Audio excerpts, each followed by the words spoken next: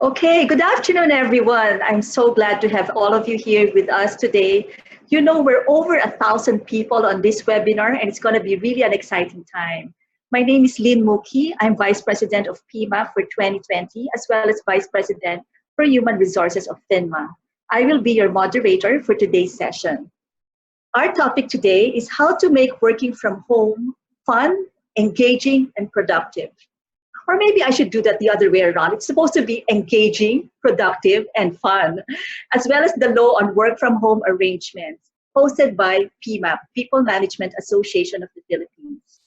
Now, because we're all on enhanced quarantine, please bear with us. There might be some technical difficulties coming up, but we have over 1,000 of you signed up, and we do know that Zoom has only a limited capacity, but we did not close registration because we want to make sure that you all get on board today's topic. So if you're not able to access Zoom, please go to PMAP's Facebook page. We're on live stream, right? Search for the page of PMAP, that's People Management Association of the Philippines, or look for at PMAP 1956.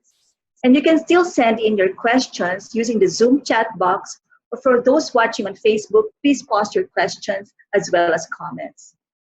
So if we're ready to start, I'd like to introduce our first speaker. We have an associate from Quisumbing, Torres, a member firm of Baker McKenzie. We have with us Atty. Roe, or Rosalyn Ruth Anuncio, to talk to us about the law on work from home arrangements. Atty. Roe actually earned her law degree from the University of the Philippines in 2015, so definitely a very young lawyer, was admitted to the bar in 2016.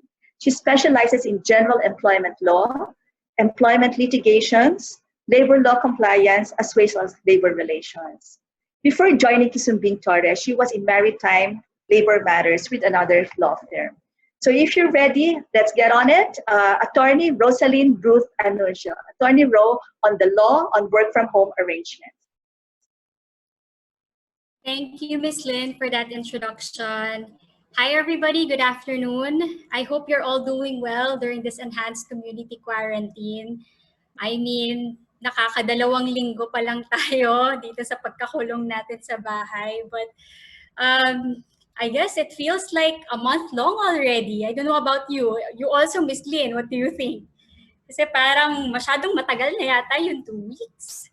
Parang ganun yung feeling eh. But I guess it's because we've built a routine already, and we stick with our routine every day. Wala naman tayo masyadong bagong ginagawa araw-araw. So medyo nakakasawa din, nakakainip, I guess. But I guess what we should do about it is to try to look for something new that we have to do every day para medyo may bago, may fresh touch on our daily routine. And work-wise, later on, makikita natin, or we'll learn from Ms. Michelle on how to improve our work-from-home arrangements, how to make ourselves more productive, more efficient, and how to make it more enjoyable for us. Kasi, di ba, may 2 weeks pa tayo dun sa enhanced community quarantine. And, well, we're not sure kung may extend siya or not. And at the rate we're going, mukhang possible na ma-extend pa siya. But that's a different discussion na altogether. No? So for today, I will be discussing with you the labor law aspect of working from home. Ano bang legal basis nito? Is it even legal in the first place?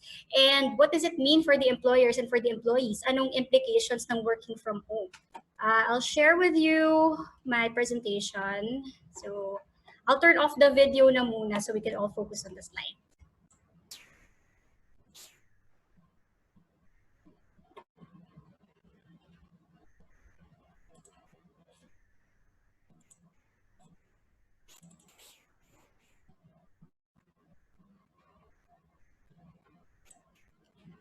Okay. Are you seeing the slide already? Can anyone confirm?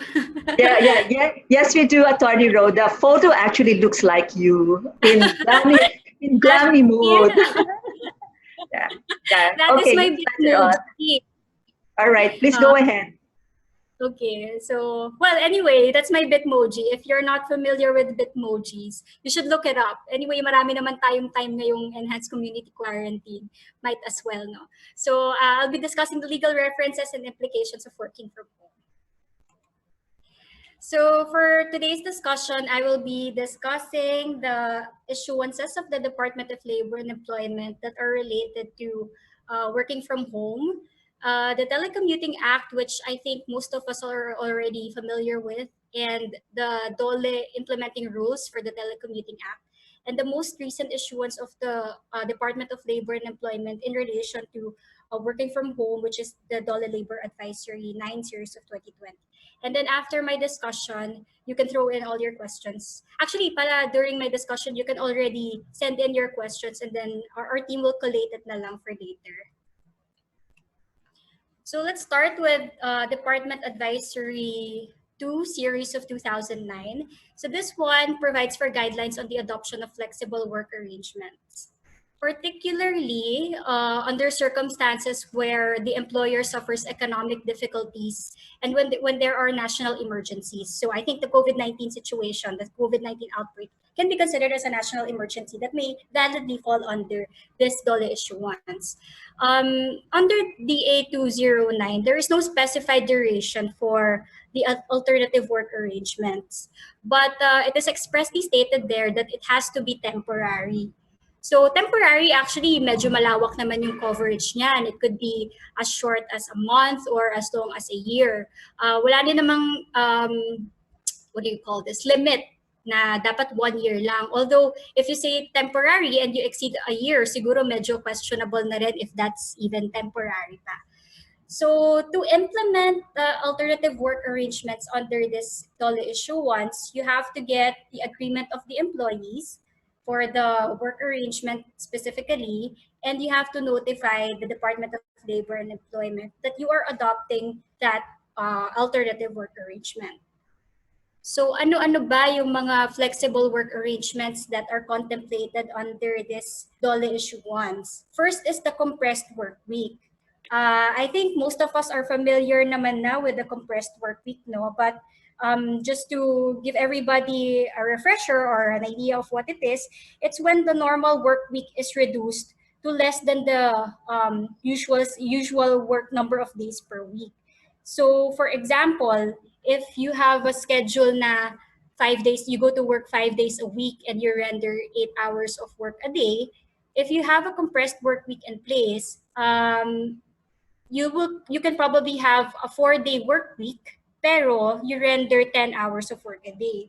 So if you compute that, you will still be able to render 40 hours of work per week, pero pumapasok ka lang sa office ng what? 4 days lang instead of the usual 5 days. So that's the compressed work week.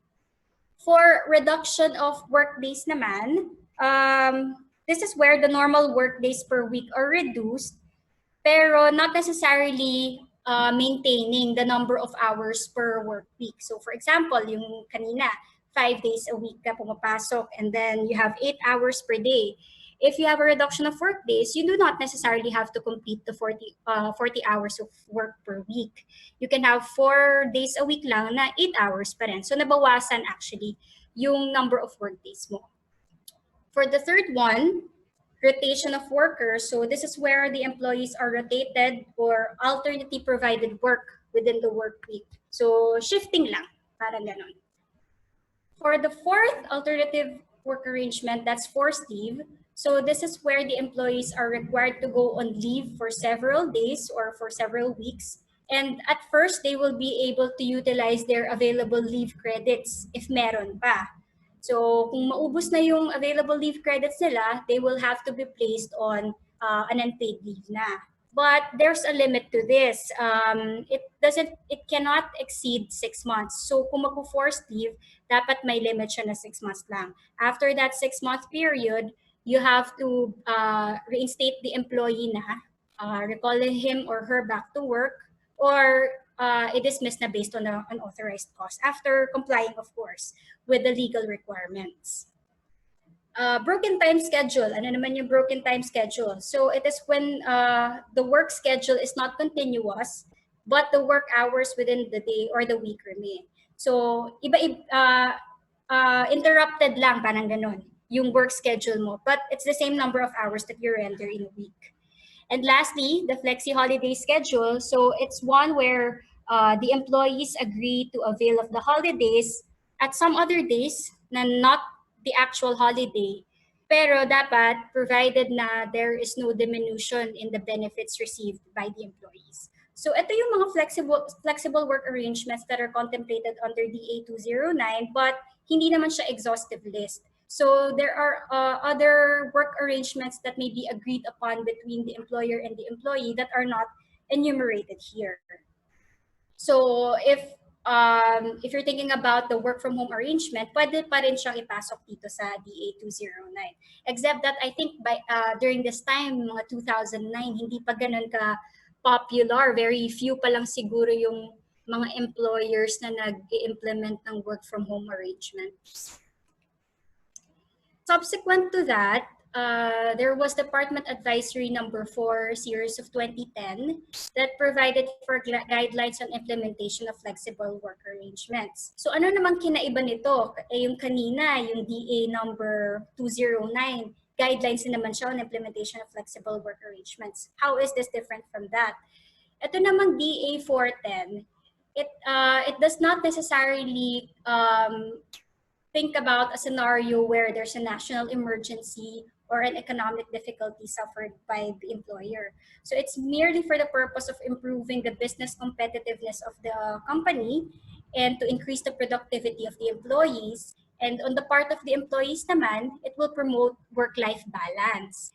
So ito, hindi na kailangan na merong emergency or merong problema sa finances ng employer. So pwedeng magka-agreement lang yung employees and yung employer to implement these flexible work arrangements just to improve their, for the employees, just to improve their work-life balance, and for the employers, just to improve naman their business competitiveness. So similar to DA 209, the requirements for this one is that the employees would agree to the flexible work arrangement and the DOLE will be notified accordingly.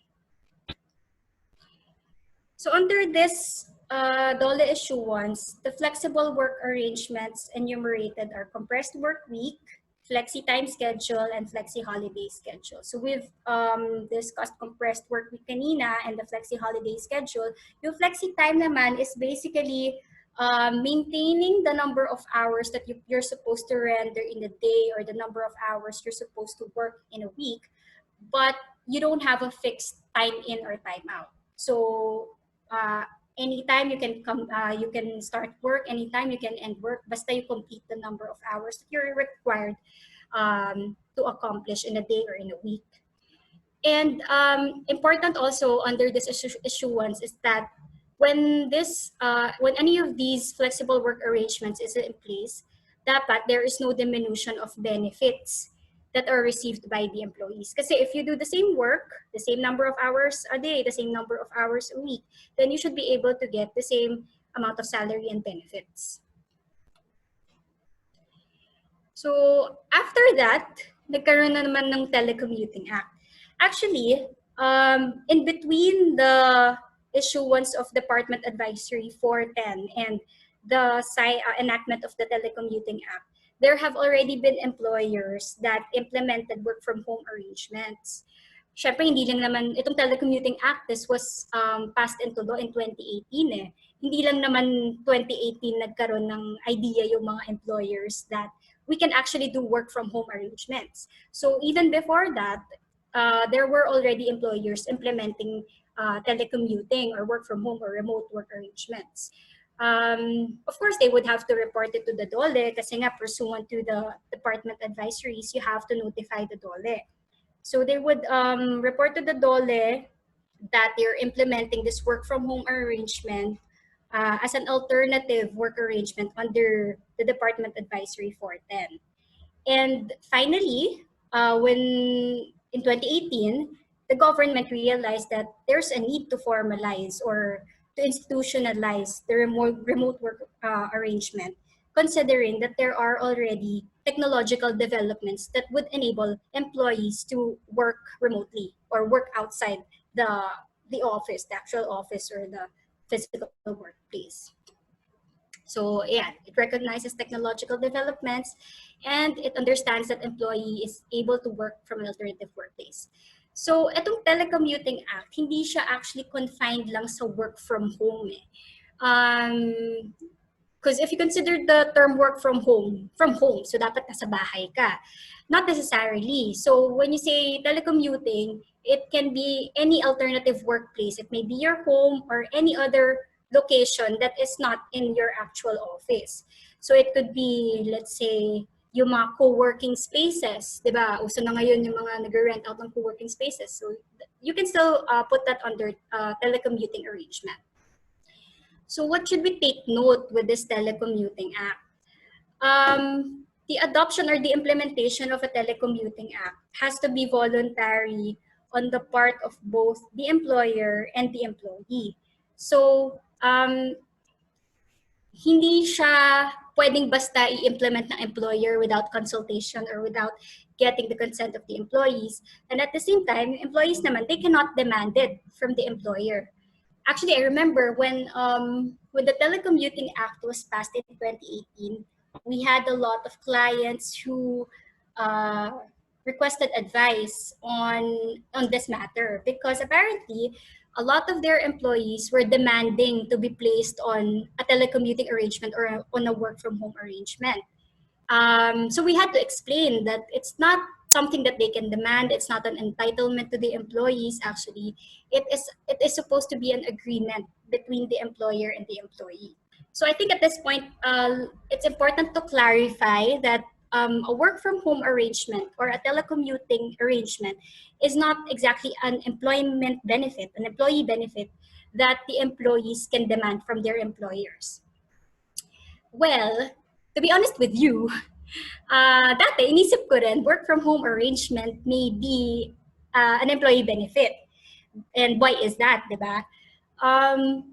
So as an employee, from your perspective, a work from home arrangement would seem like an employee benefit because number one, you'll save money because you don't have to go to the office, so you save money for gas and or your commute.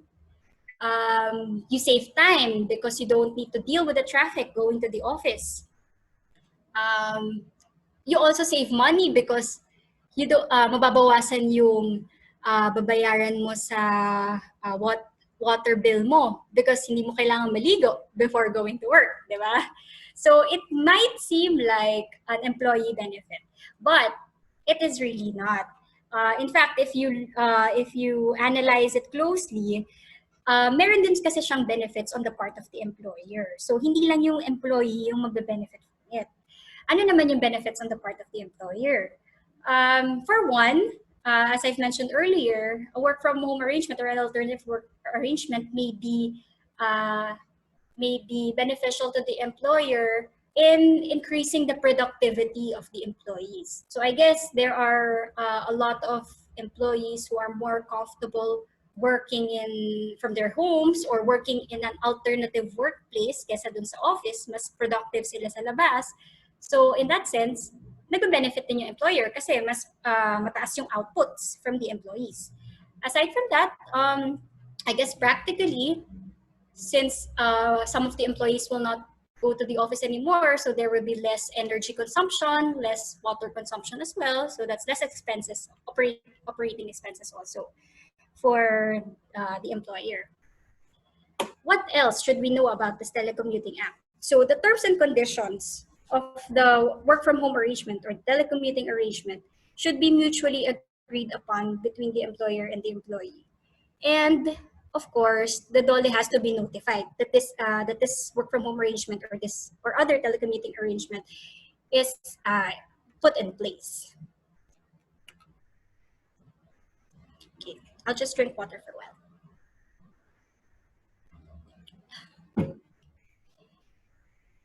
So in implementing a telecommuting arrangement, it is required that the employer has to give written information on the terms and conditions of the arrangement to the employee And such written information should contain the employee's responsibilities during a work from home arrangement.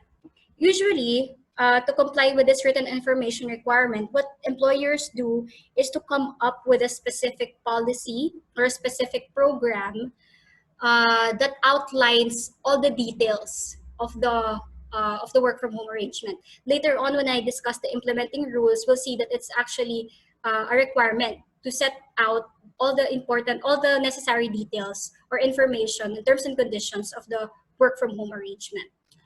Aside from that, so even if a telecommuting arrangement is in place, it has to be compliant with minimum labor standards. So ano ibig sabihin nun?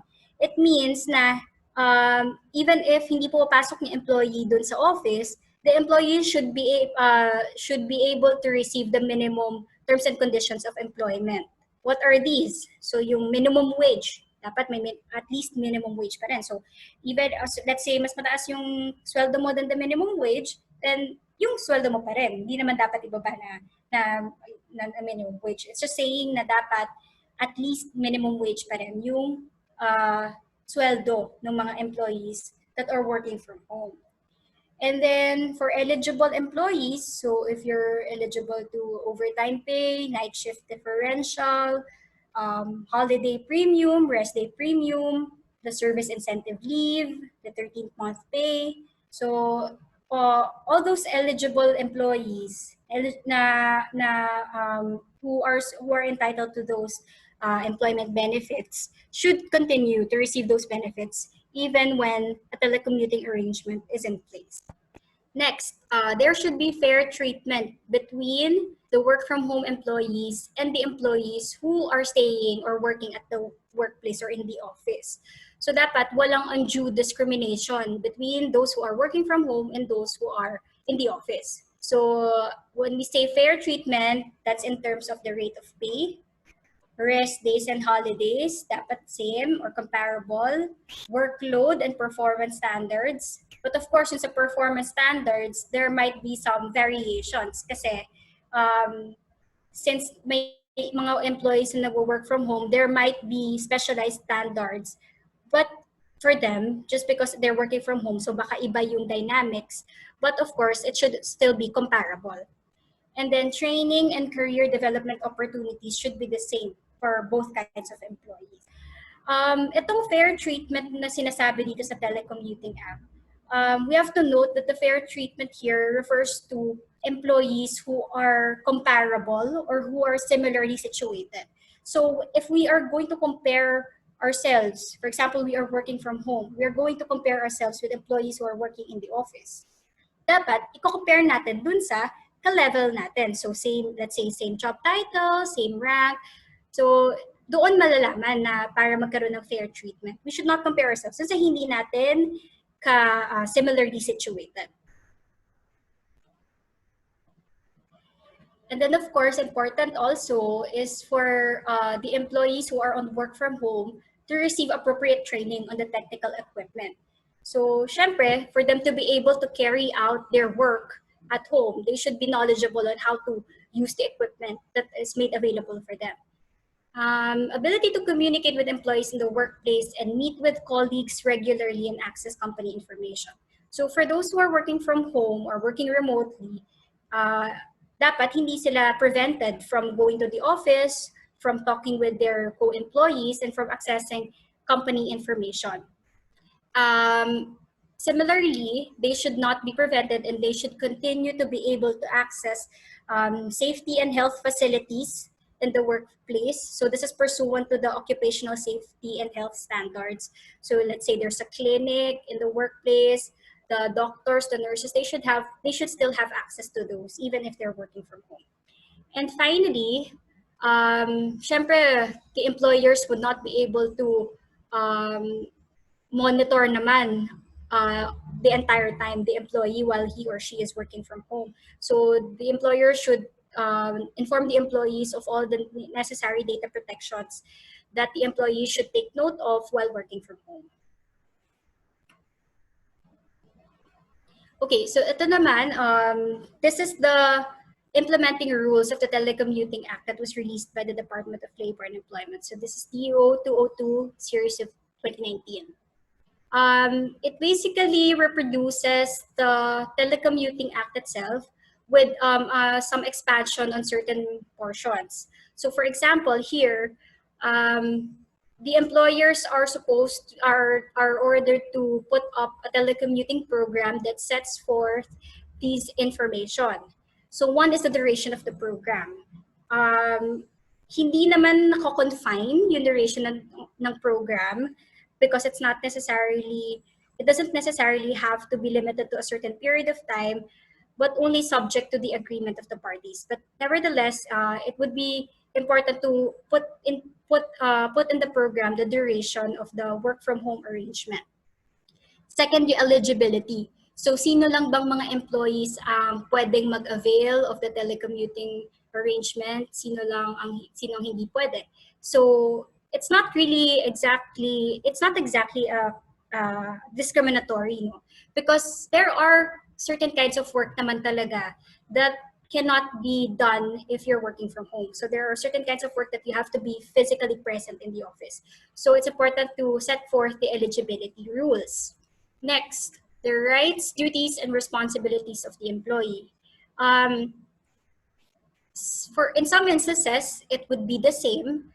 And you might think na pwedeng hindi na yan ilagay kasi same naman yan dapat for employees who are in the workplace and employees who are working from home. But there might be some instances kasi na there are additional responsibilities for employees who are working outside the office. So like I've mentioned earlier, yung data privacy.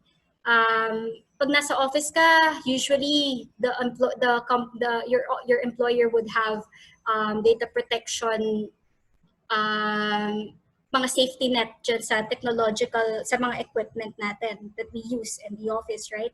So to prevent any breach of data privacy. But when you're working from home, so there might be additional responsibilities for you because you have to, let's say, install certain software or do certain acts or make extra effort to observe, to protect the data that you are processing while you're performing your work. Next, yung applicable company policies. So usually, same lang din naman yan for employees who are working from home and employees in the workplace. But yun din, there might be certain violations that may be committed by those employees who are working from home na hindi naman makakommit ng mga employees who are working in the office. So may mga specifics pa rin yan that should be set out in the program. What are the alternative workplaces na pwede mong trabahuhan? So let's say, hindi naman pwede kung ano lang yung piliin mo kung kahit nasaan ka. So meron pa rin dapat pa rin pag-agreehan yan ng employer and ng employee. Equipment for remote work. So anong dapat mong gamitin na tools while you're working remotely, and who should provide these tools? Is it dapat ba ikaw yung mag-provide? Will the company provide? And who will shoulder the costs, etc. Work days and work hours. Yun din. So, kailangan din nakaset out yan sa program. Conditions of employment. So, there might be benefits unique to telecommuting employees in the same way that there might be benefits that are unique to employees who actually go to work. So, for example, baka may transpo reimbursements. So, if you're working from home, then maybe it will not apply to you. So, baka may other benefits that will apply to you. Ninth, this is very important, non-diminution of benefits. So as I've mentioned earlier, even if naka-alternative work arrangement ka, dapat, such as the work from home arrangement, dapat hindi mababawasan yung benefits that you receive from the company. Occupational safety and health. This would pertain to the workplace that you choose, the remote workplace that you choose. So it's important that you comply with the requirements for occupational safety and health in your workplace. Data privacy, as I've mentioned earlier, and then the termination or change of work arrangement. So the telecommuting program should also provide for how the telecommuting arrangement would be terminated, or that this telecommuting arrangement can be modified or changed subject to the agreement between the employer and the employee first. And finally, the recent issuance of the Department of Labor and Employment pertinent to flexible work arrangements as remedial measures due to the COVID-19 outbreak. So medyo nabigla din siguro yung a lot of the employers probably were surprised with the declaration of the enhanced community quarantine and the prohibition on the workers to go to their workplaces, to travel in general, and yung order to close down the private establishments, except for a few exceptions. No? So with that, the DOLE came up with this advisory to provide guidelines on employers and employees. Itong labor advisory nito is very specific to the COVID-19 outbreak. It says that it encourages employers actually to avail of alternative work arrangements as a better alternative kesa naman i-dismiss agad yung mga employees because there's no work because of the work stoppage nga. There is no specified duration, but again, this should be temporary because this is in line with the COVID-19 outbreak. Ano naman yung mga alternative work arrangements that are set forth here? Reduction of work hours and work days, rotation of workers, forced leave, and others. So, dun sa others, pwede mag-fall doon yung mga work from home arrangements. In fact, I'm not sure kung bakit hindi pa dito expressly mention yung work from home arrangements when the President in his memorandum and the other issuances of the other government agencies were already pushing for work from home arrangements for those employees who are able to and for those kind of work na kaya naman na i-work from home. But in any case, it should be able to fall under this category. What are the requirements? So consultation with the employees prior to the implementation, notice to the Department of Labor and Employment prior to implementation, and a posting of a copy of the labor advisory in a conspicuous location in the workplace. But I understand that the DOLE has not been very strict in implementing these requirements naman, especially in terms of the time constraints. Kasi nga, it was quite a surprise and medyo nag-hold din sa oras itong mga employers natin. That's why they're a bit lenient when it comes to compliance with the procedural requirements. Okay, so at this point, I guess going to entertain questions.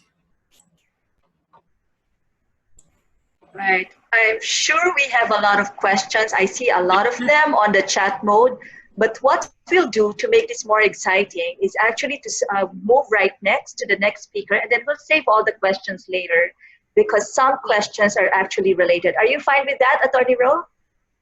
No problem. All right, great. Thank you very much for your presentation. Up next, now that we know the law on working from home, what we want to do is to make sure that we also make it efficient, engaging, fun, and effective. And that's what would make employers convinced that this is something that can really work, as well as for employees to feel that this is something that works for them.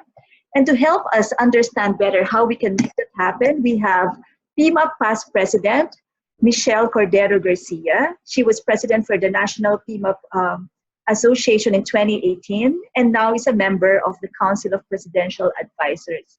Michelle actually has over 25 years in HR.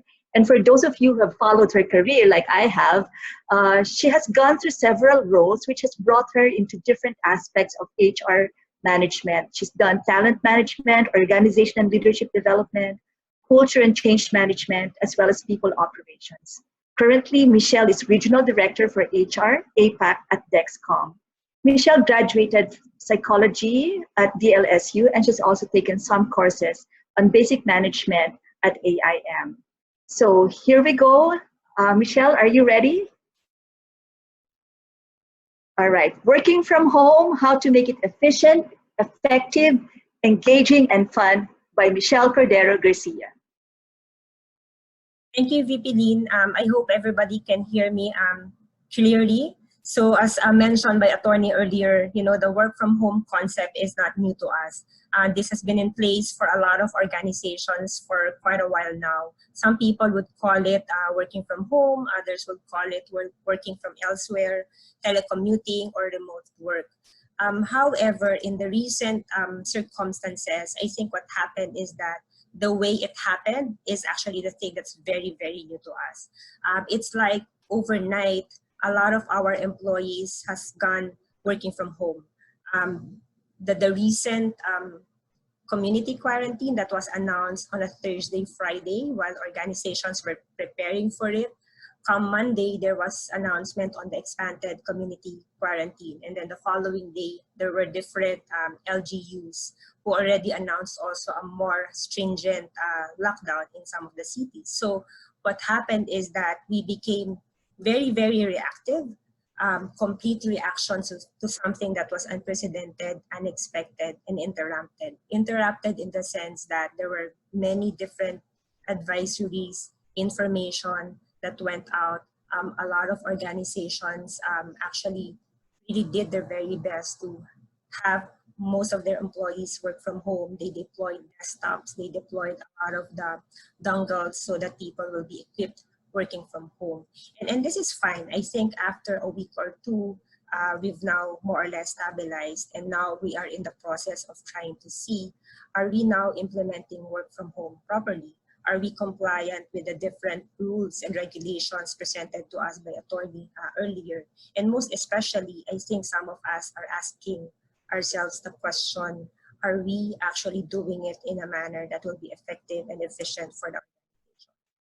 I'm sure you've read, researched a lot of articles and materials about working from home, and there's a lot of them in the internet. There's a lot of them in terms of articles, research, readings, even videos.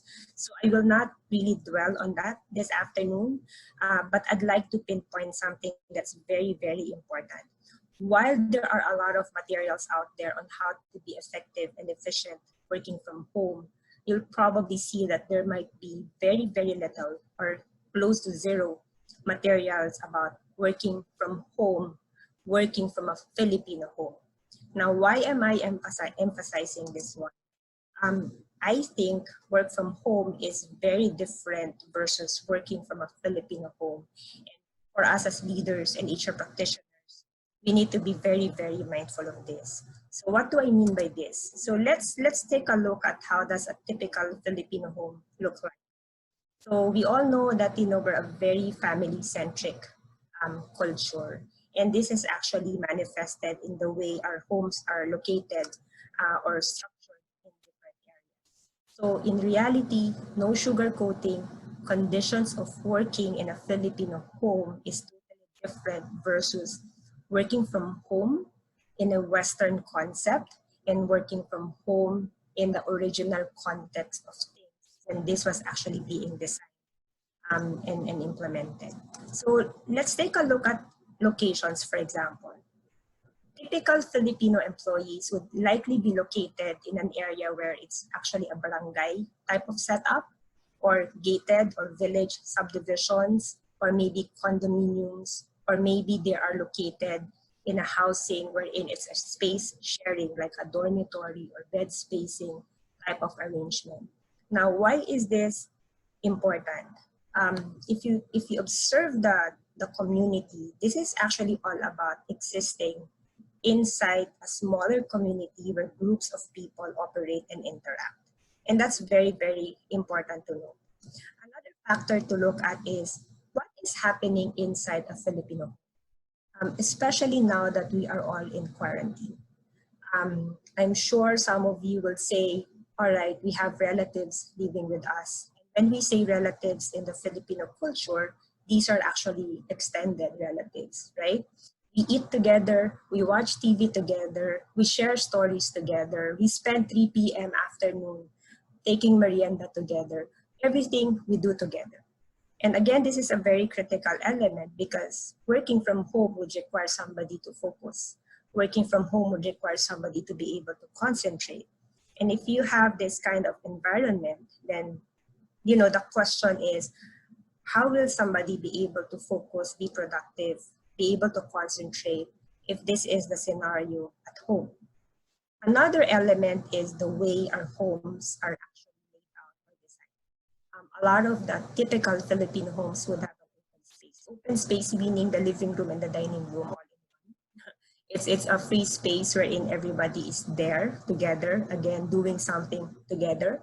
And even if you designate a specific corner where you can actually do your work, it's still part of that open common space. And again, it poses a challenge in terms of, can people really concentrate? Can people really focus? Can people really do the things they have to do while being in this kind of situation? Now, if you go inside the room, you will also probably see that most rooms are actually in a room sharing type of arrangement. Either they share this with their siblings, they share this with their cousins, they share this with friends or roommates. And sometimes this room sharing, it doesn't have an office table inside. So what happens is that some of our employees, they'll end up working from home while sitting on the bed. Proper tables are not in place, and probably ergonomically, this may not be healthy for them. And there are other aspects, like for example, internet connection, which is very, very critical and very important. And again, if you go and look inside the home, internet connectivity is a challenge, and at the same time is shared. So every member of the household has to have a share in that internet connection.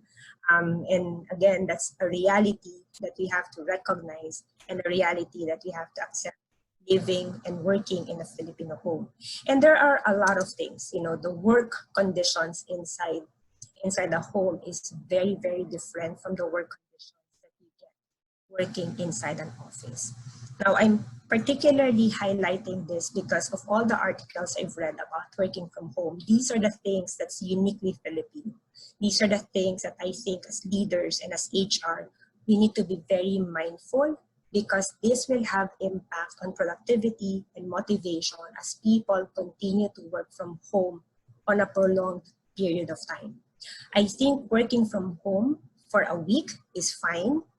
We're now on our second week, and I'm sure you guys are, either you're feeling great, you're feeling okay, or probably some of you are already feeling some, all right, I'm being isolated. I need to talk to people. I need to reach out. I need to connect. So just imagine, third week, fourth week, what if this extends further? And these are the circumstances inside the home.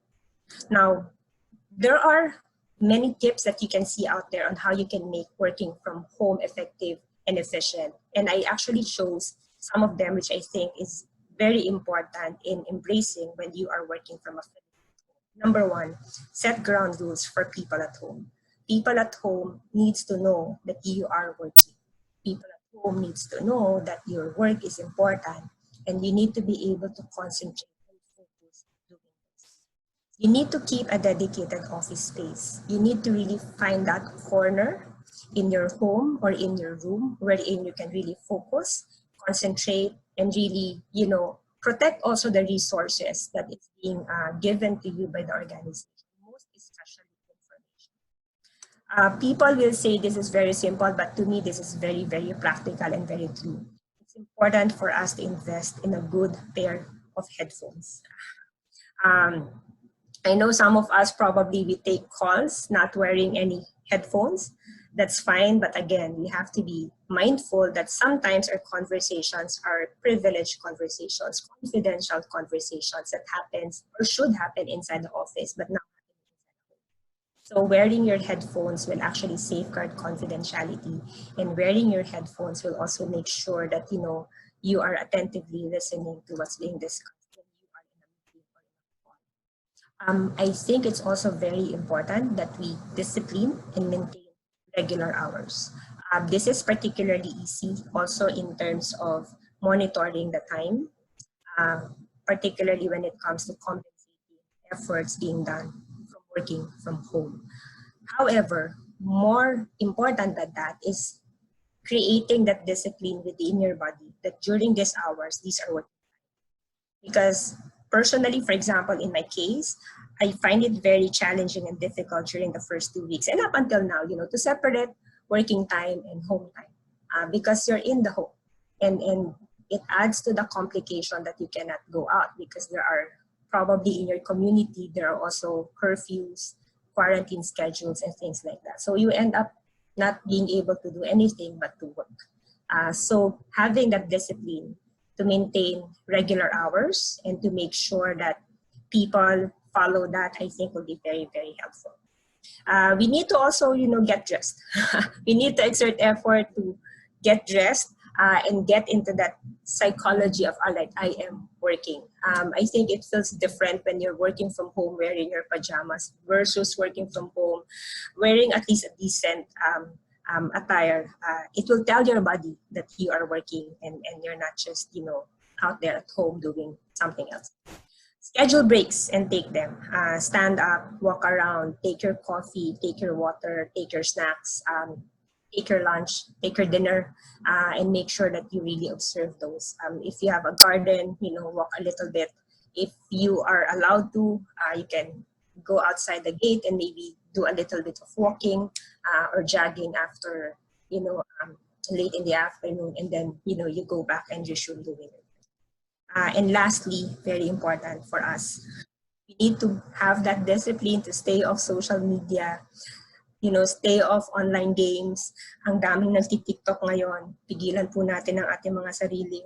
And Korean novela, there's a lot of them also online. So we really have to have this discipline to focus working when we are supposed to be working and focus on personal time when it's actually done with work.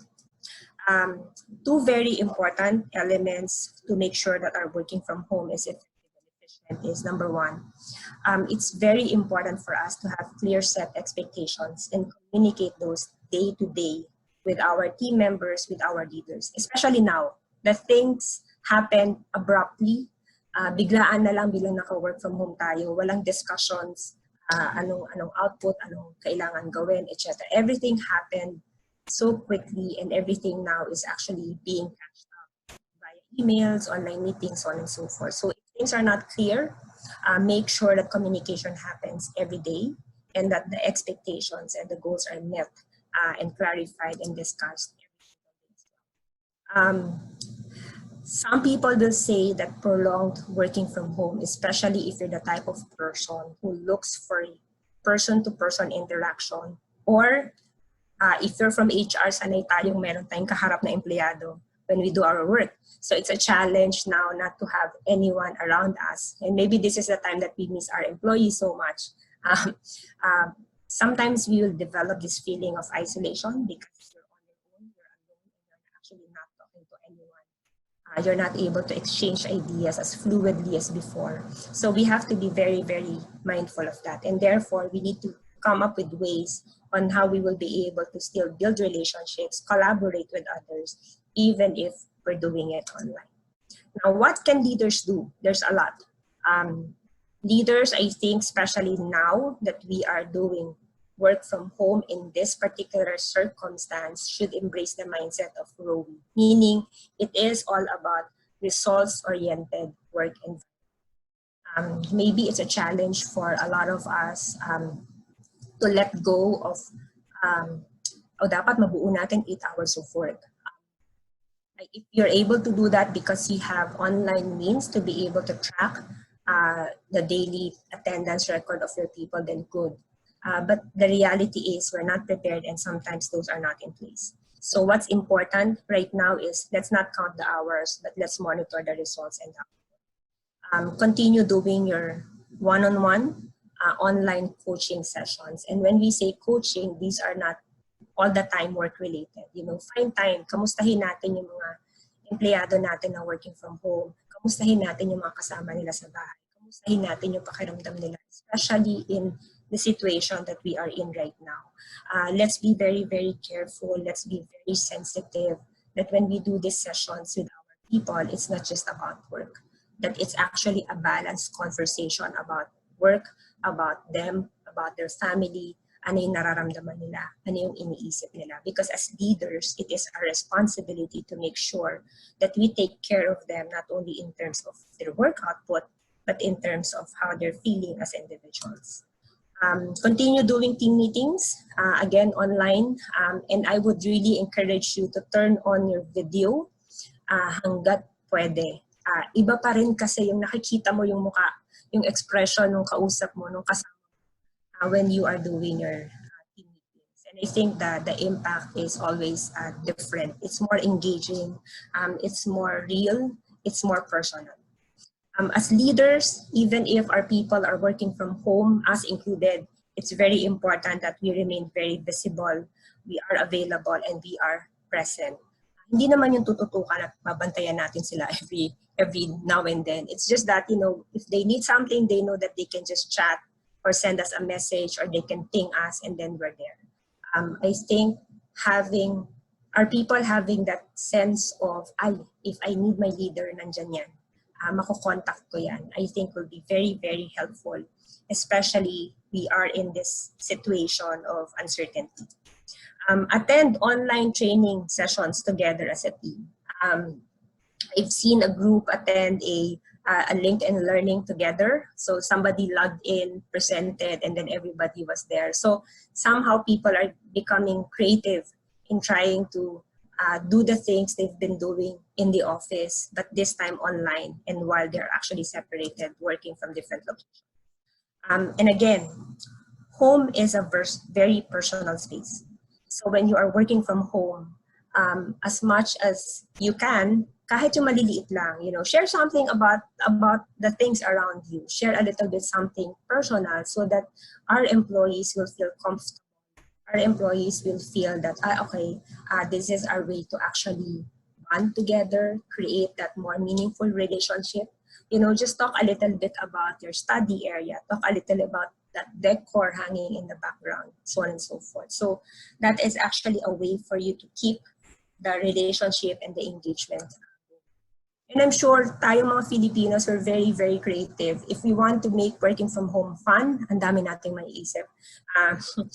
You know, just brainstorm with your teams, and I'm sure they'll be able to give you a lot of ideas on how we can make the current scenario that we're in fun and engaging for everybody. You know, you can do a best work from home desk. You can, you know, agree to wear something on a specific day. Last week we had our management meeting, and you know, we said, all right, it's a best hat day Zoom meeting. So we attended the Zoom meeting wearing different hats. There was a day last week also wherein it's a pet day meeting. So before the first 5 to 10 minutes of the meeting, we actually showed our pets at home, and you know, somehow it created conversations, and it you know, we get to know new things about the people that we work with, and that's important. And on your screen, you will see other ideas that you can do together to keep the engagement and to keep the fun going, even if you're all working from home. And as organizations, it's very important for us to flex some policies, but clearly communicate the non-negotiables. For me, data privacy, handling of information, handling of any resource for the organization, non-negotiable. We need to make sure that we do the best that we can to safeguard those. So those rules must be very, very clear. While we can flex and bend a little bit on some of the policies because of the current situation, there must be certain rules that we should not bend and cannot bend. Again, focus on results, focus on outcome versus focusing on the hours being spent by people working. If we can provide the necessary tools to people so that they can remain effective and efficient in what they do. In our case, we actually release dongles. We help people have better internet connectivity. Those without tools, we help deploy desktops and send it to their homes so that they can continue doing their work. And communicate. Very important. You know, di ba sa office, pag face-to-face na tayo, may miscommunication na. So what more ngayon that we are all online, we're separated, there's a lot of things that can be misunderstood. So it's incumbent upon us as leaders and as organizations to make sure that communications is in place, it's clear, it's mutual, and it's the understanding is the same. And for the HR practitioners in the call this afternoon, I'm sure it has been a challenging last 2 weeks for all of us. It's not yet over, but let's always remember we're here to actually provide that balance people, customers, and operations. We need to think beyond policies. I'm sure tinatanong tayo ngayon, paano yung DTR? Paano yung overtime? Paano yung tardiness? May undertime pa ba? Those things, in my perspective, those are the things that we can parang bend or flex. And we need to be able to think beyond those policies. What's important is for us to make sure that we observe the necessary implementing rules. Basta klaro yung hours of work and we trust that people will deliver the results and outcome, then perhaps we can bend a little bit on that. However, we need to make sure that guidelines in terms of when do they file overtime, when do you approve overtime while working from home, when do you approve night differential when people are working from home. Those things has to be very, very clear. Access to learning opportunities and resources should still be available. It's important for us as HR to still be able to implement these relationship building initiatives. Safety, while it is not the office, we need to make sure that the people are working in a safe environment and that we're able to provide them at the very least some tips and techniques on how they can remain safe while working at home, so on and so forth. And most importantly, I think as HR, we need to enable both our leaders and our people on how to manage this entire scenario that we are in at the moment. We need to continue being the voice of truth and reason. And one of the truths is, ano talaga yung nangyayari working in a Filipino home. As I said, working from home, this is not a new concept. This is very, very familiar to all of us. But working from a Filipino home today is very new. It's very different. Aside from the realities of working in a Filipino home that I mentioned earlier, let's not forget, we are working in a Filipino home wherein we are on community quarantine. There's managed food supply in our environment. There's a lot of uncertainty. And there's quiet chaos. People are afraid. Even if they're saying they're okay, deep inside we know people are afraid. So we need to always remember that. Because as HR, as leaders, iba kasi yung nakikita, iba yung sinasabi, iba din yung dapat alam natin, ano yung sa loobin nila. And another thing for us to think about is, let's always look at the profile of our workforce. And this may vary organization by organization. Like in our case, we have a very, very young workforce. 98% of our employees belong to the millennial generation and Gen Z. So if I look at it, ini-imagine ko, okay, mga bata sila. So right now, kasama nila yung magulang nila. Kasama nila yung mga kapatid nila. If ever they're already married, these are probably people who are either newly married, newlywed, or may mga maliliit na bata. Now, why is it important for HR people to remember those things? Well, number one, kasambahay. Sanay tayo na may kasambahay. But probably right now, marami sa mga employees natin walang. So they have to balance work. They have to balance working in a home wherein there's a lot of people around them. And they need to also balance that reality that they need to contribute doing household chores. Those things, very simple. Probably some of you will say, okay, so what about it? Well, again, it affects somebody's motivation, it affects somebody's productivity. And it will also affect the way people view working from home. At the end of the day, whatever it is that's happening right now, the working from home concept, as it is today, I think this is an example of an experience of moments that matter. Kung paano natin i-handle yung ating mga employees, how we behave, how we decide, how we communicate, how we talk to them, how we reach out to them on a situation that is very ambiguous like this one that we have right now will show our people what really matters to us as leaders and to us as organizations. So at the end of it all, I hope you realize that working from home is more than just working from home, especially when you are in a Filipino home in current circumstances today. So back to you, VP Lin.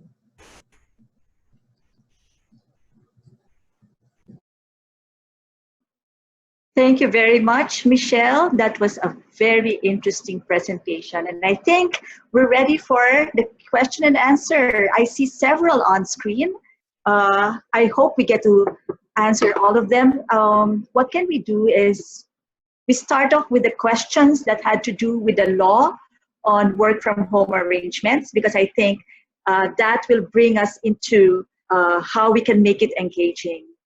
Earlier, Attorney Roe, you spoke about there should be no diminution of benefits. There's a question here that I see wherein the person is asking, what if prior to the work from home arrangement, the employee was receiving transportation allowance? So now definitely they're working from home, there's no more transportation expense. Can you suspend that? Question for Attorney Roe? The question is, can you suspend? Yeah, can you hold or can you suspend the transportation allowance since they're not having that expense anyway since they're working from home?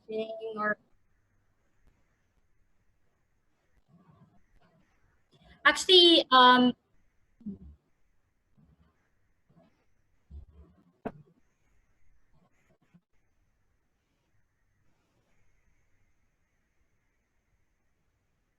it will depend actually. So the allowance may or may not be withheld depending dun sa terms ng pag-grant ng allowance.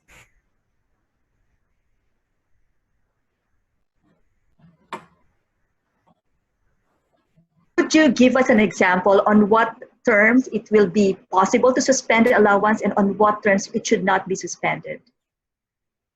So pag yung transportation allowance is granted by the employer without conditions. So for example, tinawag lang siyang transportation allowance, but it's really a fixed allowance that is given to the employees without the need of receipts or any documents to substantiate it. Fixed amount siya na regularly binibigay.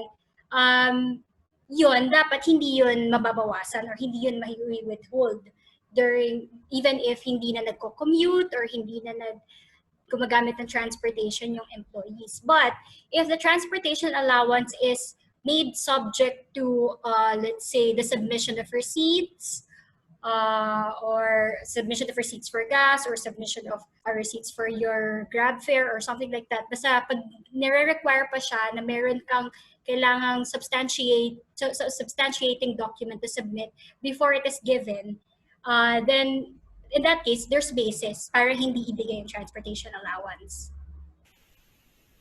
Right. I think that's pretty clear. Thank you, Attorney Roe. Now, this question is specific to the flexible work arrangements during this time of the enhanced community quarantine. Kailangan pa po bang mag-notify sa DOLE kung mag-work from home ang company? Eh, biglaan naman itong pag-declare ng ECQ. Yes, actually, it's a legitimate concern because I'm sure maraming employers yung nabigla nga dun sa declaration ng enhanced community quarantine. So, of course, the DOLE just issued a labor advisory on that, saying that the employer should notify the DOLE. But like I said earlier, I think the DOLE is not very strict naman right now when it comes to enforcing that those procedural requirements, especially considering the time constraints. So what I would advise in that case is, even if nag-implement na kayo, still submit a notice na lang din to DOLE just to report the implementation of that flexible work arrangement. I agree with you, Attorney Roe. I don't think DOLE will be very strict right now on the deadlines for reporting, but it actually would help so that in the future they can formulate policies that will make this institutionalized. If they are able to find out how many companies actually instituted work from home. So I guess now that we have not much choice, we're all working from home already, we can always do the reports after This one is about compensation. For operations and business sustainability, can we legally implement a temporary pay cut or a reduction in pay? It could be straight across the board. Everybody gets, for example, 25% less pay. Or can we actually pay them only according to the amount of time that they're working from home, assuming that you're able to monitor how many hours they're working from home? Okay, so as a general rule, you cannot unilaterally reduce the pay of the employees, their salaries and their benefits. So that would be a violation of the non-diminution of benefits rule.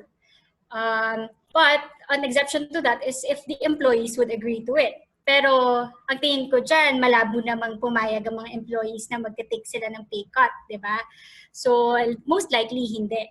So in that case, hindi talaga pwedeng i-reduce yung pay. What they can do is actually to reduce the number of work hours or work days, like what I've discussed earlier, na alternative work arrangements. But if we say na they would render the same amount of work, they would perform the same amount of work hours and work days and then reduce their pay, that should not be allowed.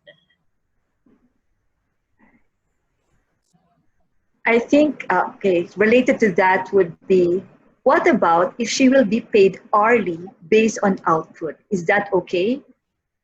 The employee used to be paid monthly or daily, but due to work from home arrangement, he or she will now be paid hourly or based on output.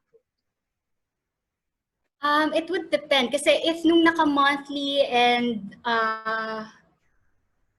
monthly, no, yung kanina. If naka-monthly siya before, is it based on output on that specific month? So it would actually depend on the specifics of that. Kung pwede siyang magiging hourly based on that output. Right. Okay. At this point, maybe what I can do is to share a little bit about how we implemented the work from home program in FINMA related to the questions that we have. What we actually did was to put all our employees on work from home, and then we gave each department manager a briefing from HR on how we might do it effectively. So for HR, for example, what we do, we get on board. We're actually, Michelle, following a regular set hour. We said 8 to 5 for everyone. So that puts a little bit of discipline. And we said there should be no problem getting in on the Google chat room that we have. And then we sign in, including me. So we say, hi, good morning, everyone. So we all come on board that Google chat room. It's like being physically in the office. And then we say, okay, lunchtime is 12 to 1, right? And then 5 o'clock or thereabouts, we sign out so that people know that you're no longer working. And that helps to put that differentiation between personal time and working time. So we say, bye-bye, I'm logging out now. The output, what I did, well, HR people are generally all monthly paid. We have a shared drive wherein there's an Excel file, and then every person has her tab on that Excel file. And we talk about deliverables for the week. Sometimes it's a deliverable for the day, and they make a record of their task accomplishment. It's not so much that I'm trying to monitor whether they're actually working. It's really more of to have that sense of accomplishment. During this time of crisis, one day we will look back and say, look, what were we able to accomplish during that time? And there are things that we may not have been able to do, projects that we have been pushing aside, and we'd say something good came out of this. On that note, I'd like to move on to some questions for Michelle, and then we'll get back to Attorney Roe again later. Okay, some tips, Michelle, that you might be able to share on how you're actually doing the work from home program in your company, how you're making it engaging for your team. Some of the examples I shared earlier during the talk, but similar to what you're doing, VP Lean. So meron kaming daily huddle. So we meet for 30 minutes every day. So that's 11:30 to 12. Because we said we want to make sure that we still see each other at least once a day. And that is our opportunity to share. We have parang take for 5 minutes. Share something to celebrate our successes. Share something that critical updates, and then what help do you need. So we do that every day for 30 minutes as a team. And then ganyan, may mga activities din kami, even sa Viber. Lalo na pag Friday afternoon. So we actually use the game that you sent, Vipilin, the icons na may mga movies. So, ganun siya. So, parang, people are being very creative just to make sure that they continue to do engaging activities online. Sa leadership, we're trying to, we're trying to feel as if it's a business as usual, but we know it's not, right? But as much as we can, we continue with our regular meetings, we continue with our updates, and we continue to do the initiatives that we're supposed to be doing, particularly for the people. So I think those things are very, very important right now as organization. Okay, and then just to close that note about deliverables and work expectations, there's Christy Joy Filiana who mentioned something like, you might have set projects, work expectations, and deliverables. You were able to define them before the work from home implementation. But what happens if the expected output or the deliverables were not met? Are we still obligated to pay those days where they were not able to deliver? Sige. So, right now, I'm with DEXCOM. So, DEXCOM is a captive organization. So, medyo parang BPO yung aming type of work, but we are captive. So, number one, it's easy for us to actually keep track of the productivity of every person based on the number of documents, number of calls, number of patients, because we're into healthcare, number of patients that they assist every day. Now, we do know that not all the time people are productive, and to be very honest, we have a group of people na wala talaga silang connectivity. They don't even have a desktop at home because some of the work they need to have desktops with certain online tools before they can do the work. So what we did is we actually developed, we call it Dex Gym. So Gym is Grow Your Mind. So we developed a 100-hour training curriculum that we are actually giving to people who are unable to remain productive full-time. And we told them, for us to be able to continue giving you compensation on the hours that you are not able to do your work, take these learning courses. We feel that it is our social responsibility as organizations in times like this to do the best that we can to keep people getting their salaries. I know this is a bit different from what other organizations are thinking in terms of reducing the pay, etc. But, in our minds, all right, this is 1 month, most 2 months.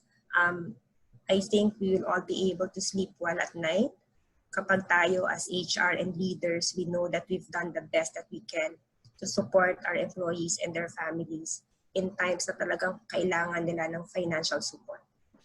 Because we have to be very, again, realities of current situations, right? Yung iba dyan may ipon, pero hindi nila ma-withdraw kasi sarado yung mga bank.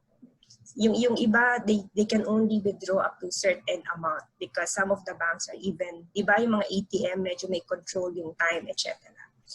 And people would like to be able to buy as much supplies as they can because, again, of the uncertainty. So, kami, in our minds, these are the simple ways of making sure that we help our people continuously get compensated. So we develop that curriculum, we develop that learning program so that they get it on hours that they are not able to be productive. Yeah, thank you very much. You actually echo the term that was mentioned in one of the LinkedIn webinars that I also attended recently, compassionate leadership.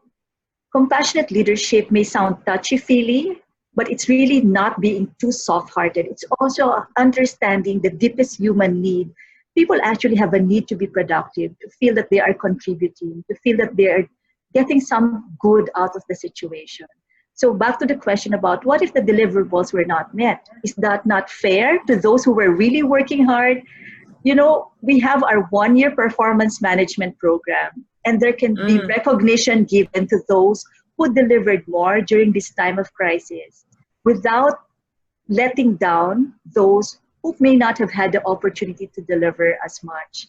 But back to Attorney Roe, so I suppose that answers the question. Even if your deliverables were not met, I just want to make sure it gets confirmed by the legal perspective. We will still pay them, right? Even if the deliverables were not met. Yes, so if they render the work hours, they performed work on the hours that you're supposed to perform work, yes, they have to be paid. them not meeting the deliverables or their quota or their target outputs, that's a different matter. So it could be subjected to disciplinary action, to a performance improvement plan. But in terms of pay, they have to be paid.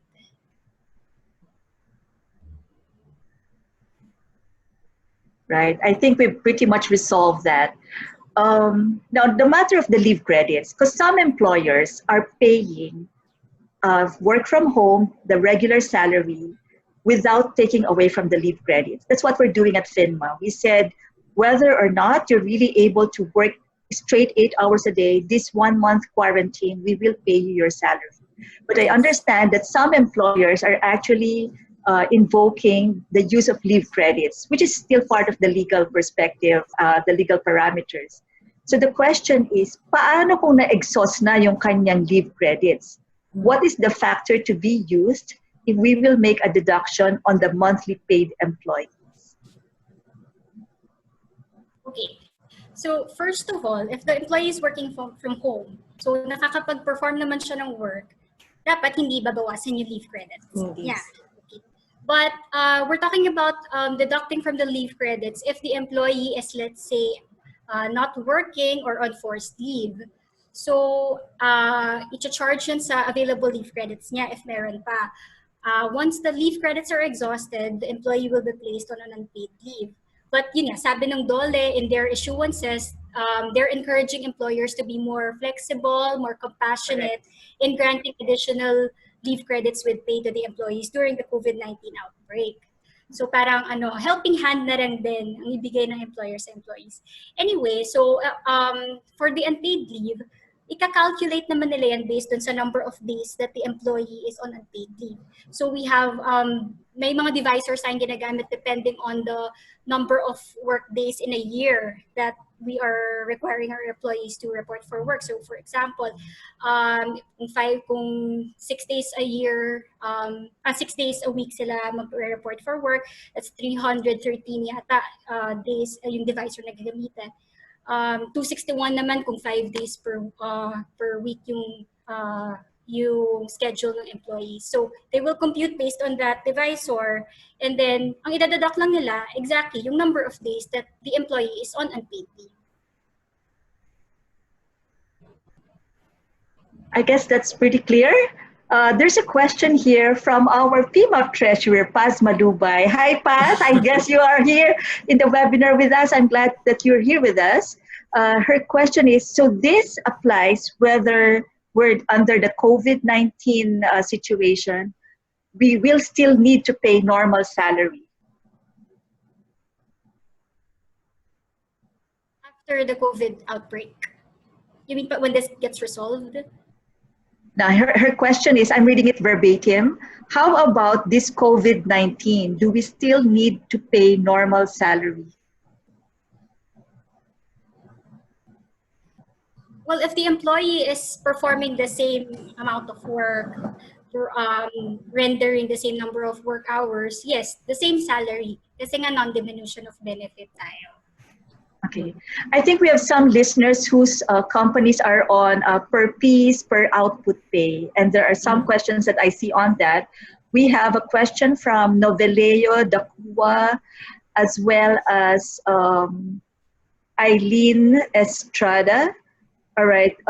Is it okay if we implement per piece / record output pay? For example, 20 units is equal to 1 hour. And then to reach 8 hours, sorry, attorney, and then there's a follow-up to that. And then to reach 8 hours, he or she needs to produce 160 units. Okay. So pursuant to that non-diminution of benefits, so if that is the scenario, we have to take into account the kind of work or how the employee was being paid prior to this COVID-19 outbreak. So let's say before this enhanced community quarantine, this COVID-19 outbreak, was the employee being paid using that formula? Or is it just because nagkaroon ng ganitong declaration?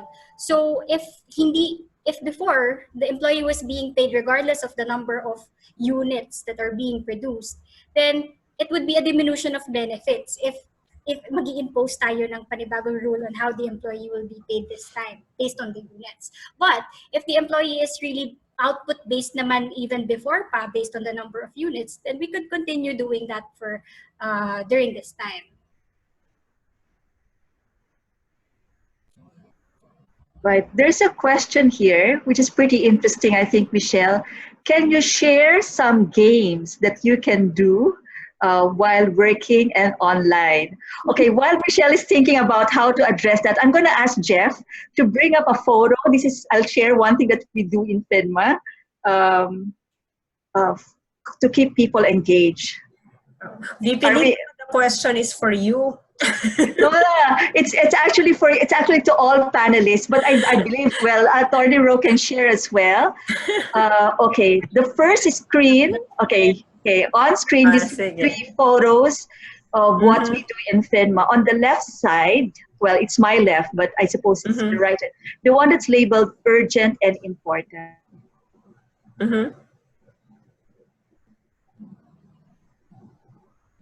Monitoring side. We want to make sure that we are able to account for the safety of all our employees. They're dispersed, and we want to make sure that everyone still feels connected to the company. On the health side, we want to monitor whether some people are exhibiting symptoms. We don't know if they contracted COVID or if they're not feeling well. We want to be there for them. So every Thursday, we send out a health and travel declaration with this message that we care for everyone's safety. And then we give a deadline. Please answer by 4 p.m. so that we are able to keep track. And when people report there that they have some symptoms, like they may have a cold or they're not feeling well, they have aches and pains, my HR team follows up with calls. So we have outbound calls at this moment, and we call them and make kamusta. How are you? Every 3 days, we want to make sure that nawawala ba yung symptom o lumalala, di ba? Because that's how we know whether they're getting better or not. And then some days, just so under stress, we come up with stress reliever for the day. Let's have some fun. We ask people to send a photo of themselves doing something fun for their wellness. It can be something that's physical. They're climbing on the stairs, they're exercising, or we tell them to say hi online to their friends. This is what Michelle mentioned earlier. If you're tired of wearing your home clothes, why don't you get dressed up for work and take a selfie and send that to HR?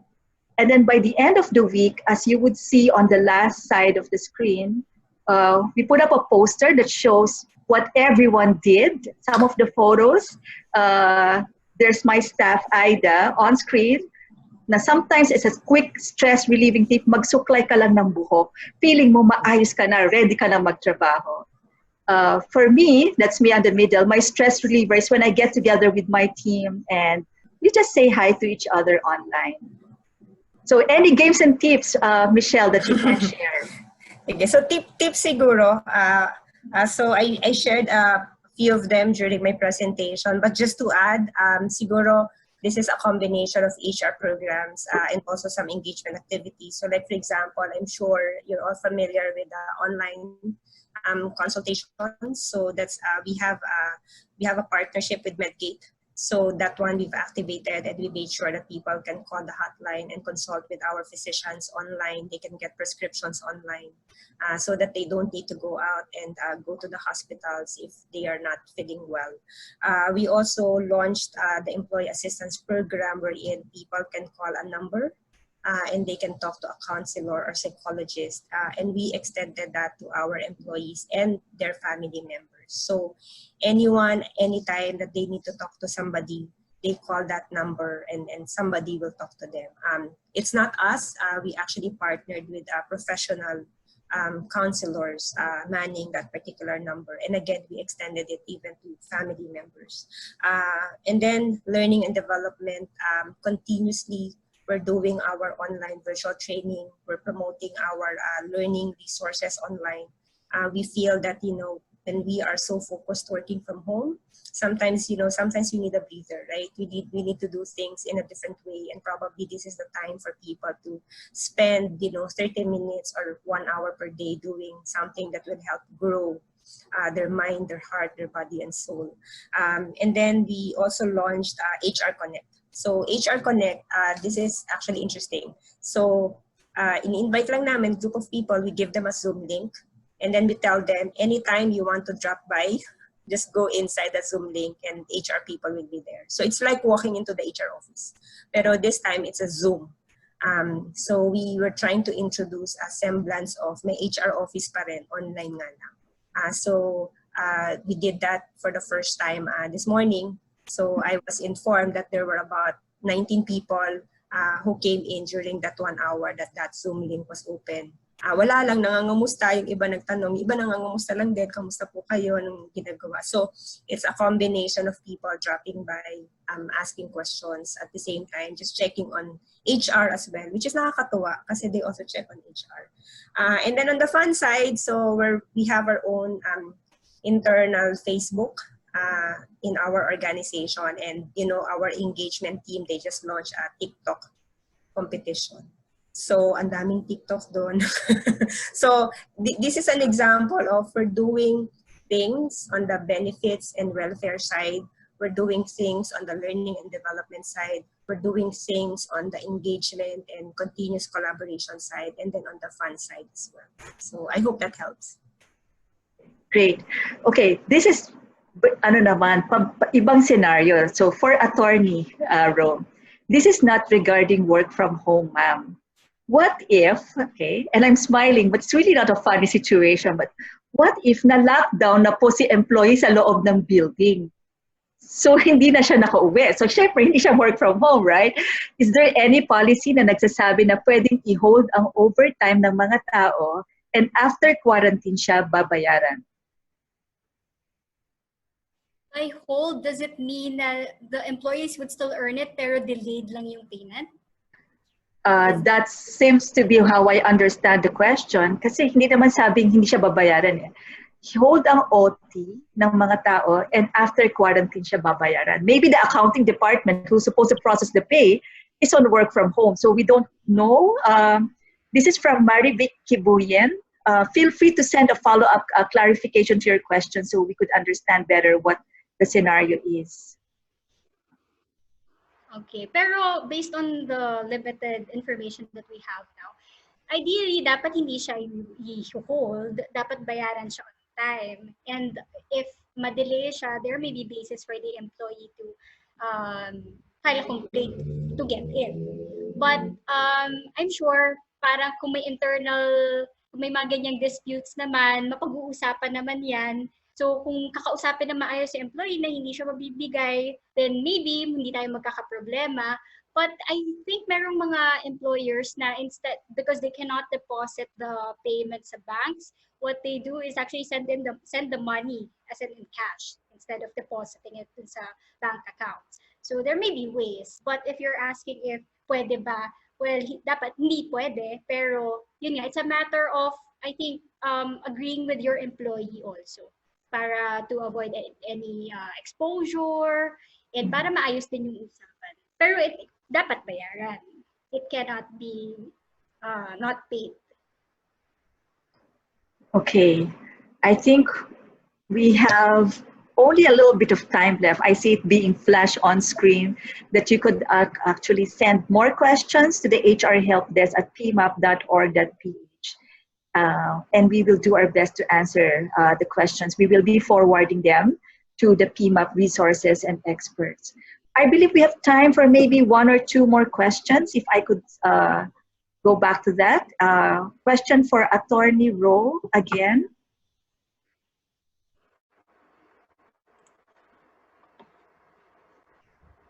Okay. What our company decided is to implement a staff cost reduction strategy, which includes salary deduction of 20%.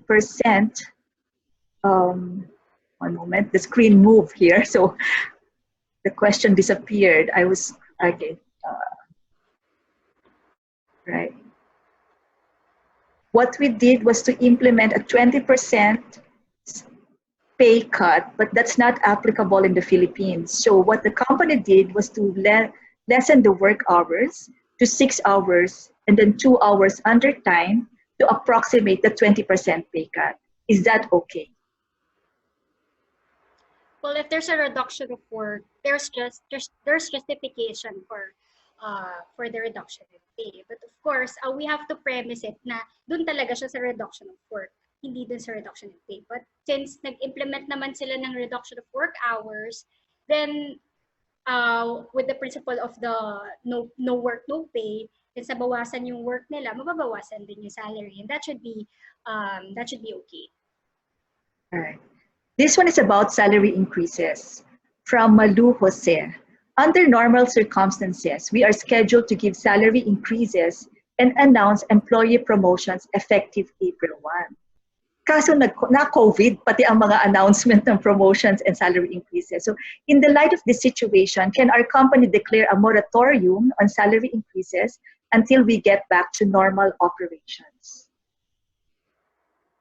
Okay, strictly speaking, yung moratorium or holding off ng salary increases would depend on ano ba yung nature ng salary increase. Was it offered as parang guaranteed salary increase without any conditions, or was a salary increase conditioned upon performance of the company, profits of the company, performance of the employee? So pag may mga conditions na ganon, and let's say one of the conditions is yung profits ng company for that specific month or for that specific period, and hindi na-meet yun, if any of the conditions was not met, then there is basis na i-hold off yung salary increases.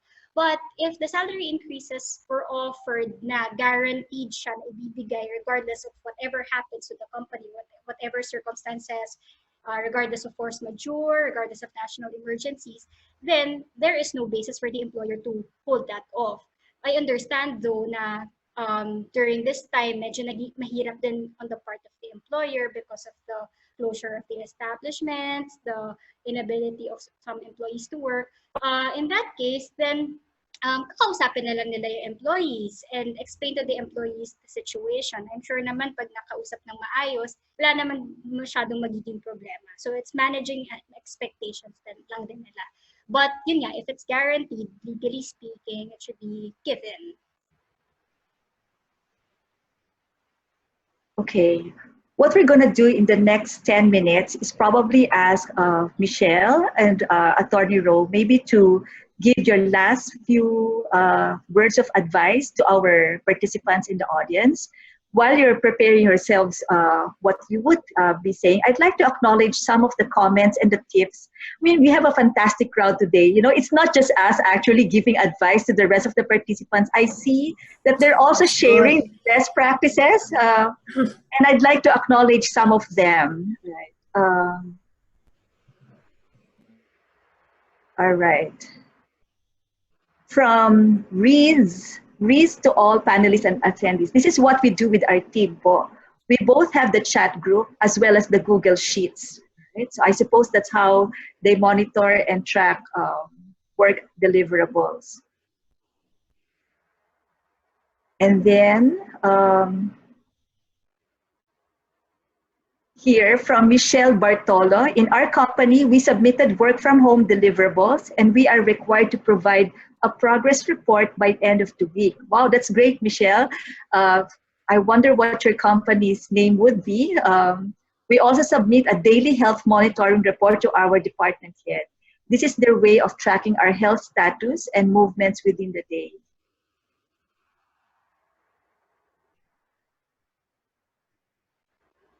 Okay, here's a comment from our PMAP treasurer, Paz Malubay. Kasi kanina may nag-comment na sabi ng HR nila, this is Mary Vicky Boyan, they don't have HR to do the payroll. So that's actually a problem. That's why the employee probably are not able to receive their pay. So Paz Malubay says her company can actually do their payroll, so you can pay your employees on time. Paz, I believe, is from PNG, Grand Thornton, Philippines. I'd like to acknowledge that. All right. Here's from somebody named Le. Okay, I don't get the full name, but sharing what we are doing in the team. We are using either Zoom or Microsoft Teams. We already did Taboo Game, category game, and guess the song title. Hey, maybe we should do that in the seminar. We also launched DOH 14-day challenge. I wonder what that is. From Angelita Teodoro, in relation to the topic, our company is really utilizing this work from home arrangement. We are given a task for the day and we need to accomplish it for the day. We are also required to check in to monitor our attendance. Right. Okay.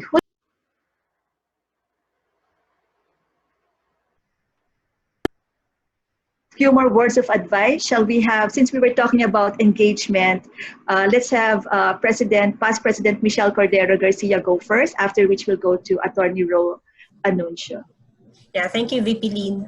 Siguro ako ano lang, I think perhaps reminders for us as HR and people, managers and leaders.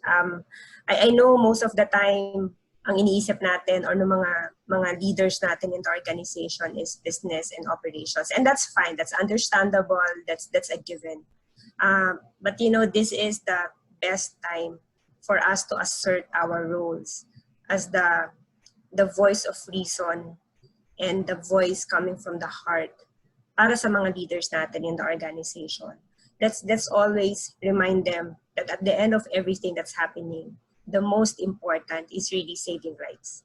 You know, each time we make a decision, whether we will keep a skeletal workforce, whether we will transport few employees to the workplace, and even when we lift, when we are through this quarantine, ako in-imagine ko, we will probably not all go back to work out at the same time, right? Dapat staggered yan, dapat may strategy. Because at the end of the day, dapat ang priority natin right now is how do we make sure that people remain safe?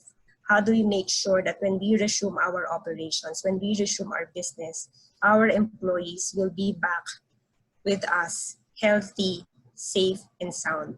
And everything that we do, everything that we will embrace as strategies in the organization, we should always remember ano ba yung makakabuti both for our employees, sa mga tao natin, and to the business. I know it's easier said than done, but sometimes if we're able to explain it in a proper way, if we're able to contextualize things to our leaders, then probably they will listen. Because this is more than just being in a quarantine. I think we are right now in a period wherein tayo bilang mga leaders, we need to make sure that we really show malasakit sa mga empleyado at kasama natin sa trabaho at yung mga kasama nila sa bahay, which is their families. Thank you very much, Michelle. So it's actually a call for, I would say, rational compassion. It's not compassion that is bent on just no reason, we have a reason why we want to show compassionate leadership at that time. Whatever revenues are probably lost at this time can be earned back.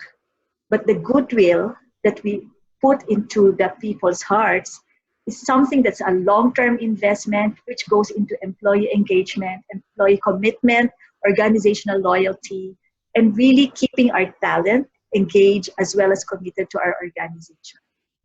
Attorney Roe, may mga pahabol na question bago ka daw mag-last tips and advices, all right? Although, you know, if we're talking about in principle about no diminution in pay, which are the big principles that Attorney Roe gave us, and making sure that it's an arrangement that is acceptable to both the employer and the employee so that we mitigate the risk of dispute. Some of these questions can actually be answered already using that principle. But just to push it a little bit further, from Maria Bautista, can companies change their policy on leaves because of the prolonged quarantine? For example, the employee used to gain all 15 vacation leaves on January.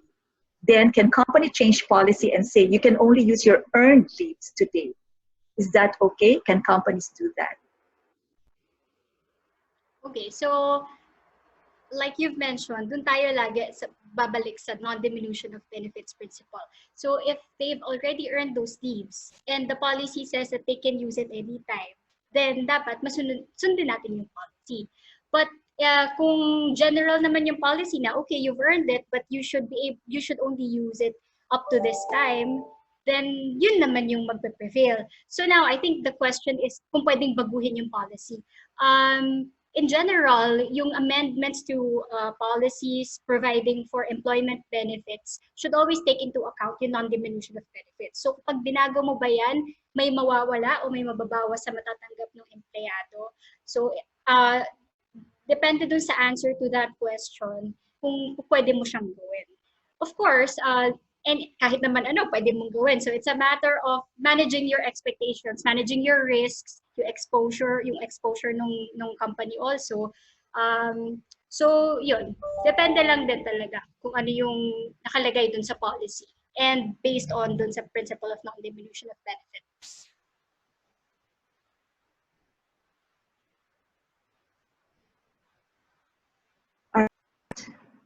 Let me just scroll down the list of questions to make sure that I didn't miss anyone.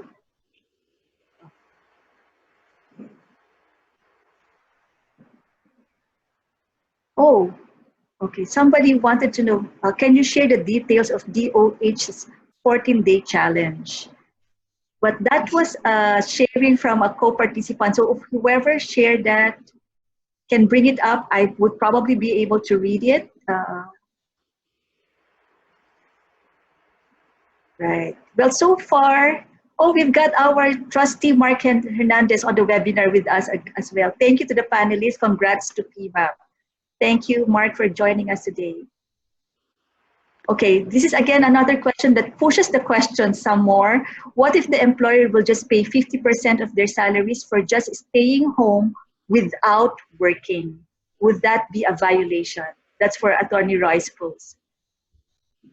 Actually, there's no violation. In fact, that is very generous of the employer na nga. Kasi di ba we have a principle na no work, no pay. So if you did not perform any work for this enhanced community quarantine period, then supposedly wala kang salary, wala kang bayad. But if the employer is going to grant the employees 50% of their salaries, even if they did not work, it's actually more generous. And I'm sure the DOLE will welcome that very much. Okay, here's a sharing from one of our attendees, Hazel.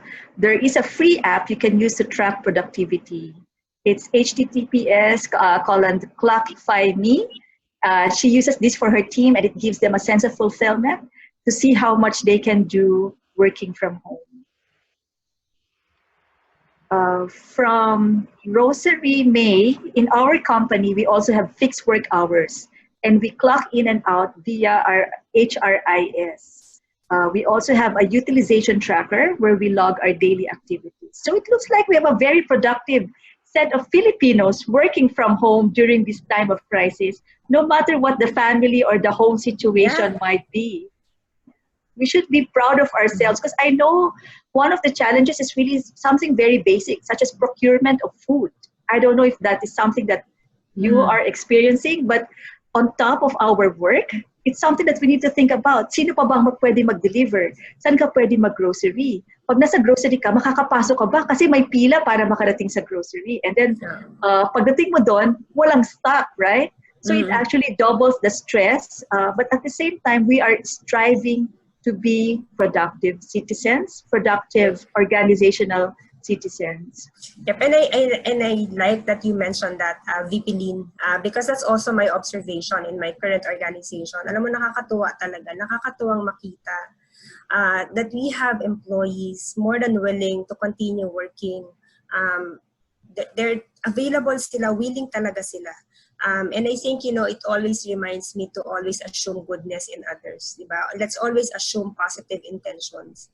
And babalik tayo dun sa basic principles of being a human being, diba? Wala namang taong ayaw nila na hindi sila, diba? Gusto nila lagi makatulong sila, gusto nila lagi productive sila. And tayo din as Filipinos, culturally, we're very rich in values. Yung sense of bayanihan, I think, is very alive right now. A lot of people helping one another. And even in our organizations, may mga empleyado talaga na hindi sila bibilang ng oras, and they will be there to continue to deliver the mission of the organization. So nakakatuwang magpagtuunan ng pansin yung positive, and let's be inspired by those positive stories. That's great. Bilang na bilang naman yung magiging tamad, no? so to speak, during this time na hindi na monitor. Some of us are concerned about millennials or the young people, naku, baka hindi talaga nagkatrabaho. You know, actually, well, I have a 23-year-old daughter, and because she's no longer in the traffic, she actually signs in to work from her desk at home earlier. She's on board by 7. And then, mamaya, 7 o'clock, 8 o'clock na ng gabi, hindi pa tumatayo. Tinatawag ko na kumain, hindi pa rin. Kasi feeling niya, wala naman traffic. So, okay lang, she could actually work longer hours. Yep. Here's a sharing of a best practice from AEBV. Wow, what a name, no? I suppose these are initials. What they did was we created an FB online group forum wherein all employees are members of the group. So we can keep our employees posted on updated policies, employee benefits, as well as learning intervention. Oops, Attorney Roe, may pahabol from Michelle Pepito. All right, pahabol po. On April 9, we have 2 holidays. Araw ng Kagitingan and Holy Thursday. According to the labor, the employee must receive 200% of the salary if the employee did not work. Is it applicable to monthly basis? Monthly basis? Paano applicable to parang baligtad yung question niya, no? But that's how it is. I'm reading the question verbatim. Yeah. But I think the question is if that's the case now. Meron nang ni-release, if I recall correctly, may ni-release na rin yung DOLE na advisory on how employees should be paid during the holidays. I can pull it up and we can share it later on to the participants. Okay. I get a message from PMAPs, our command center for this webinar. Meron pa daw tayong oras kasi parang ang daming humahabol ngayon ng questions dito. So, if you're okay, 9 minutes pa. Yeah, Michelle, Atty. Roe, if you're still okay, I'll just keep on reading the questions, right? Sure. Okay, yung 14-day challenge. Well, thank you very much, Karen Jericho. Eto siya, sabi niya, yun daw gusto makalaman ng DOH 14-day challenge. It can be seen in their FB page, right? So, hahanapin natin ano ba itong 14-day company? Challenge. I just see the name here, Karen Jericho, but I don't see the company that she is from. There, she sent the link. All right. Nice. Yeah, she said, yeah, thank you very much, Karen Jericho. Kopya na. Kopya na ng link. Yeah. Attorney Roe, is it legal to do layoff during COVID? Yes. Yes, kasi yung layoff naman actually, wala naman siyang time or season or period na pwede lang siyang gawin. If there's legal basis for laying off employees, terminating employees because of retrenchment or redundancy, that's founded upon the labor code naman of the Philippines. So legal naman siya provided that the requisites, the procedural and the substantial requisites are complied with. So dapat may legal basis depending on the cause for the termination, so kung redundancy o kung retrenchment, dapat yung legal basis na nag-a-apply sa kanila nandun. Tapos dapat yung procedural requirements ma-comply with, so mag-notify sa employees, sa DOLE. As long as ma-comply yun, pwede siya even during this COVID-19 outbreak. And then siguro to add to that, VP Lynn, kasi tama si attorney, pwede talaga siya. Legally, we can do that. On the other side of the coin, and this is where HR usually will play a big role, right? It's answering the question of, tama ba yung timing? Because even if it's okay legally, there's a lot of factors that are in play. And again, this is an example of mindfulness, diba? We need to be very mindful na yung mga ganyang desisyon, while legally pwede talaga yan, we need to think beyond how will it impact a person kapag ginawa natin siya during this time of crisis. How will it impact the family? Anong mararamdaman nila? Ano yung mas magiging long-term impact to them?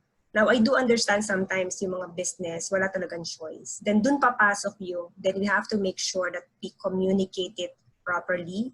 And before we call and make that decision, na talagang na-explore natin all possible means and options. Because we're not just taking away somebody's work. We're taking away somebody's means of livelihood.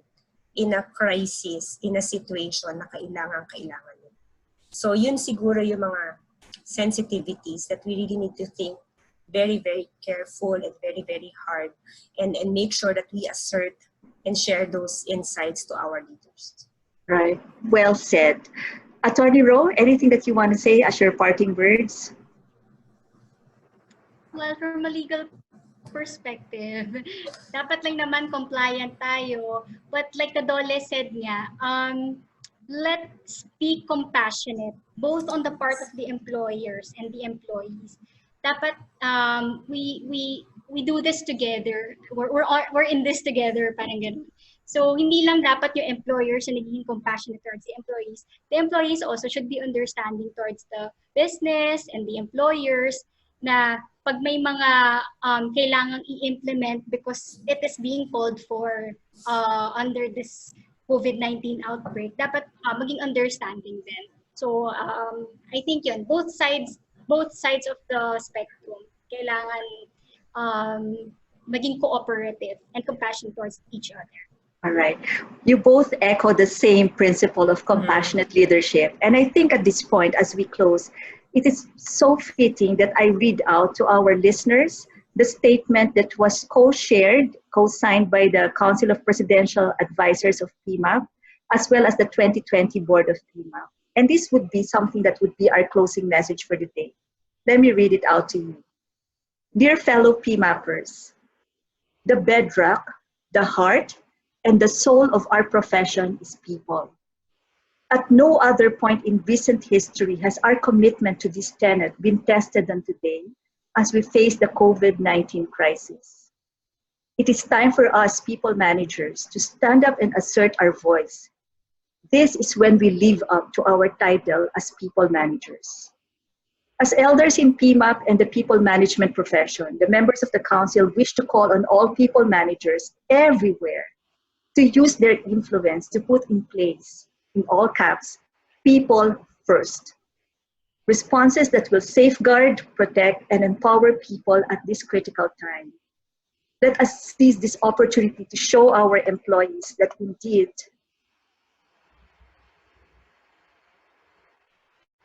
the common enemy is not people. Let us not lose sight of what really matters. I'm jumping to the statement that was signed by the PMAP Board of Trustees to expound a little bit more on that. People first. We call on all stakeholders to prioritize measures that protect, safeguard, and empower people. Now is the time for everyone to come together to help fellow Filipinos. When we think of the government and our community leaders, right, we appeal to our leaders to ensure that there are concrete plans. We don't know what's going to happen in the next 15 days. Will the quarantine be extended? What we need are concrete plans, ongoing capability build-up, and clear distribution systems to ensure the delivery of the basic services and necessities so that our countrymen feel safe, so that they can and will stay home. In closing, we say that as people managers, or as simply people who are co-Filipinos in this time of crisis, we stand in solidarity. These are difficult times, but we join everyone in praying for courage, wisdom, and compassion for all. Thank you very much, everyone, for joining us in this webinar. Once again, I would like to thank our PMAP past President, Michelle Cordero-Garcia. If we could just give her a round of applause wherever you are, we can feel it. Thank you very much, President. Thank you po. Thank you very much, Attorney Rosaline Ruth Anuncio from Quisumbing, Torres. And if you have more questions, please send us an email at PMAP. You can visit pmap.org.ph page for webinar tutorials for the next ones. And it's available through live streaming as well if you miss some portion of it through our Facebook page. Thank you, everyone. Thank you. A safe and healthy week ahead. Thank you, everyone. Ingat po. Bye.